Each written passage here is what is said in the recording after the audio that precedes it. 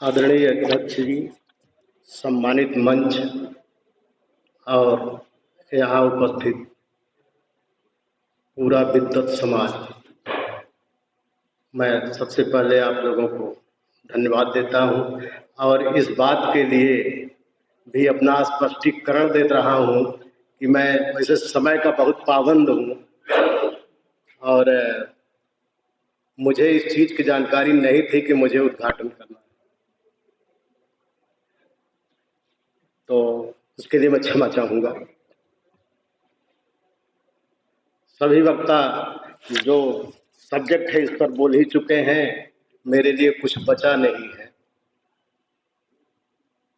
इसमें मैं थोड़ी सी अपनी बात जोड़ पे पहले मैं सर्वप्रथम बाबा साहब को अपना श्रद्धा सुमन अर्पित करता हूँ। सभी लोगों की बातों में मैं अपनी केवल 2 लाइन जोड़ना चाहता हूँ कि हम वास्तव में लड़ रहे हैं। ऐसा नहीं है कि जैसा कहा जाता है लड़ रहे हैं। अभी मैंने कल सुना कि एक अधिवक्ता संभवतः बिहार के हैं, कोई धर्मेंद्र यादव या क्या, वो ये लड़ाई लड़ रहे थे कि हम क्षत्रिय कुल से हैं। दूसरे पूरा हमारा चौहान समाज जो है क्षत्रिय हो गया। यहाँ हिंदुस्तान के सामाजिक व्यवस्था की इकाई जाति है, ना कि व्यक्ति। तो हर आदमी अपने समाज में उस इकाई के लिए लड़ रहा है कि मैं कम से कम स्वयं तो नहीं हूँ, लेकिन कम से कम ये मांग करके उस एक सम्मानित वर्ग में जाके बैठ जाऊं। एक और मैं बात बता दूं, हम लोगों ने संविधान सब्जेक्ट के रूप में पढ़ा। मैं ये दावा नहीं करता कि मुझे जानकारी है संविधान की, लेकिन बड़ी खुशी की बात हुई कि इधर 2-3 साल के अंदर मैंने ये जाना कि बैकवर्ड शूद्र है। इसके पहले शूद्र के नाम पर गाली सुनने का काम केवल दलित का था। वही गाली सुनता था, चाहे मारो चाहे पीटो चाहे जो कुछ हो, शूद्र गंवार ढोल पसनारी जो हो। लोग इसलिए बैठ के, हमारे अध्यक्ष जी ने कहा है कि रामचरितमानस हो रहा, खंड पाठ हो रहा है, तो उस समय तक इसलिए कर रहे थे कि वो शूद्र दूसरे को कह के गरियाते थे। आज समझ में आया कि यार जब पूरे हम वर्ण व्यवस्था को देखते हैं तो उसमें न हम ब्राह्मण हैं, न क्षत्रिय हैं, न वैश्य हैं। कभी लोग अपने को वैश्य में जोड़ देते हैं, बैकवर्ड समाज यहाँ का।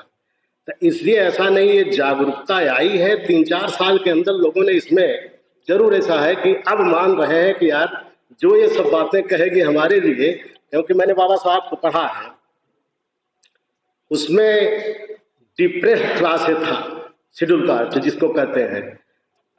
और आगे बढ़ेंगे तो ये जो है अछूत हुआ करता था, हुएर अनटचेबल, उसमें दिया गया। तो ये चारों वर्णों से अलग हुआ करता था। चारों वर्ण में ये कतई शामिल नहीं था। आज का दलित और जो को पहले शूद्र कहा जाता था। तो ये सब बातें हैं, लेकिन वो सब अब तक, चूंकि मैं उस वर्ग से आता हूँ, मैं तो बाहर में भी रह के देखा हूँ, बेंच में भी देख रहा हूँ कि क्या क्या होता। आज भी जैसा आप लोगों ने कहा, यहाँ सभी लोग विद्वत समाज के लोग हैं, सभी लोग अधिवक्ता हैं। अगर आपके यहाँ एक मर्डर हो जाता है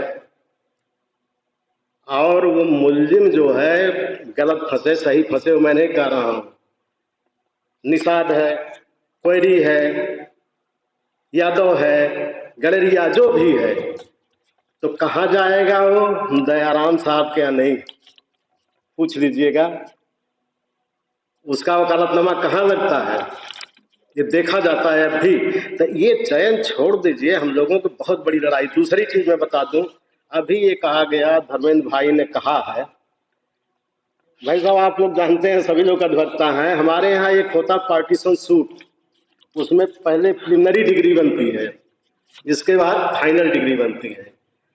हम लोग प्रिलिमिनरी डिग्री की लड़ाई लड़ रहे हैं कि हमें कितने प्रतिशत आरक्षण, कितना किसको कहाँ चाहिए। और जब ये डिग्री हम लोग लेके घर लौटेंगे और जाएंगे फाइनल डिग्री लेने, तो वहां प्रॉपर्टी नहीं होगी, कुछ नहीं, सब साफ हो गया है। लड़ते रहिए इसको, जहां पहले ये था कि उस प्रॉपर्टी को रोका जाए, प्रिजर्व किया जाए, फिर बांट लेंगे। हम लोग केवल बंटवारा में रह गए और चली गई सब प्राइवेट सेक्टर में, जहां एक कतई लागू नहीं होगा। इसलिए हम लोग कंफ्यूज हैं लड़ाई में। बाबा साहब ने कहा था शिक्षित बनो, संगठित हो, फिर संघर्ष करो। हमने संघर्ष का केवल जिम्मा ले लिया, दो चीजों को छोड़ गए। हमें आगे पता नहीं है कि वास्तव में हमें लड़ना किससे है। शायद धर्मेंद्र में यहाँ एक दिन आए थे, मैंने इस चीज को कहा कि क्या दुश्मन को जानते हैं किससे लड़ना है? पहले तो इसको तय कर लीजिए। हमें आज तक नहीं पता कि लड़ना किससे है। जिस समय 10% का आरक्षण की बिल पेश हुई थी, मुझे याद है प्रोफेसर राम गोपाल का भी, अपने यहाँ के सब लोगों ने समर्थन किया और एक दिन में पास हो गया बिल। आरक्षण के बिल कितने दिन में पास करा ले रहे हो? इसलिए इनको छोड़ दीजिए। आपने अभी जितनी भी बात हुई है, आजा चुनाव, कौन किस बिरादरी का, अपनी बिरादरी के नेता हम तलाशेंगे और उसी को देंगे। वो उस समय सब भूल जाएंगे। इसलिए अभी बहुत काम करने की जरूरत है। और हम लोग, मैं प्राय ऐसी मीटिंगों को बहुत ज्यादा नहीं बोल पाता उसमें, क्योंकि यहाँ सभी लोग बोलने आते हो, सभी पढ़े लिखे, और जहाँ बोलना वहाँ प्राय हम लोग पहुँच नहीं पाते। ये दिक्कत है हम लोगों के साथ थोड़ी सी। इसलिए और संविधान की जहाँ तक बात है, जहाँ तक इतिहास की बात है, पहले हम उसे पढ़ें तो पढ़ाएं। कहीं ना कहीं अतिशयोक्ति हम लोगों में समा गई है। हम लोग संविधान को जिस रूप में प्रचारित करते हैं, महिमा मंडित करते हैं, उतना नहीं है। संविधान के चंद अगर आप आर्टिकल्स को छोड़ दीजिए जो सबके लिए, मतलब एक स्पेशल क्लास के लिए है, तो पूरा संविधान पूरे समाज के लिए है। न कि केवल शेड्यूल कास्ट, बैकवर्ड, इनको हमें अधिकार दिया गया, उन्हें सबको ये अधिकार दिया गया है। सभी लोग राजतंत्र से तबाह थे जिसको हटा के दिया गया, लेकिन उसको कभी कभी हम लोग गलती से ऐसे रूप में पेश करते हैं कि जैसे हमें उनको बैकवर्ड इन सबको दिया गया है। ऐसा नहीं है। शायद याद हो, स्वर्गीय शमशाद भाई एक जो यहाँ प्रोग्राम रखे थे नेहरू हाल में, मैंने उसमें, मुझे तो शब्द बोलने के लिए कहा, तो मुझे यही आ गया याद। मैंने कहा कि आज पहली बार संविधान का उल्लंघन नहीं हो रहा, तो लोगों को बड़ा बुरा लग गया। संविधान का उल्लंघन उस समय भी होता है जब हमें कहा जाता कि हमें अपने पसंद का धर्म मानने का अधिकार है।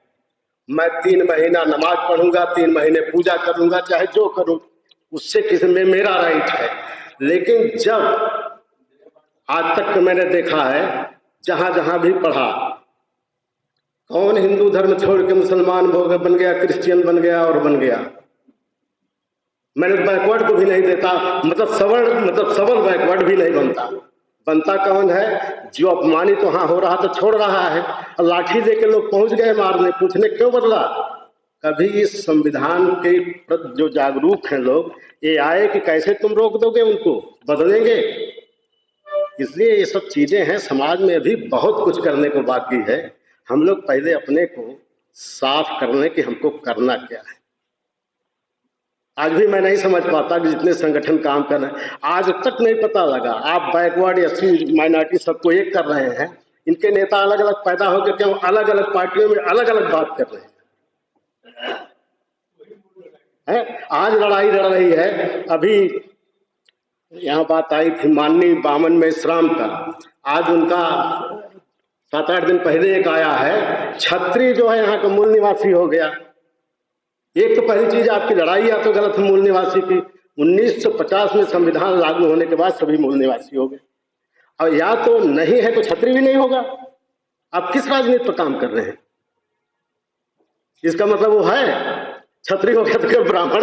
अरे भाई 3% ब्राह्मण को क्यों तो विदेशी मान रहे हो? है तो आर्य अनार का अर्थ मान लीजिए, चाहे जो हो। मैं इस पर बहुत पढ़ा नहीं हूं, लेकिन मुझे थोड़ा था अटपटा जो लगा। तो कहीं ना कहीं ऐसी चीजें हैं। मैं फिर अपनी बातों के लिए और देर से आने के लिए आप लोगों से क्षमा मांगता हूं। धन्यवाद।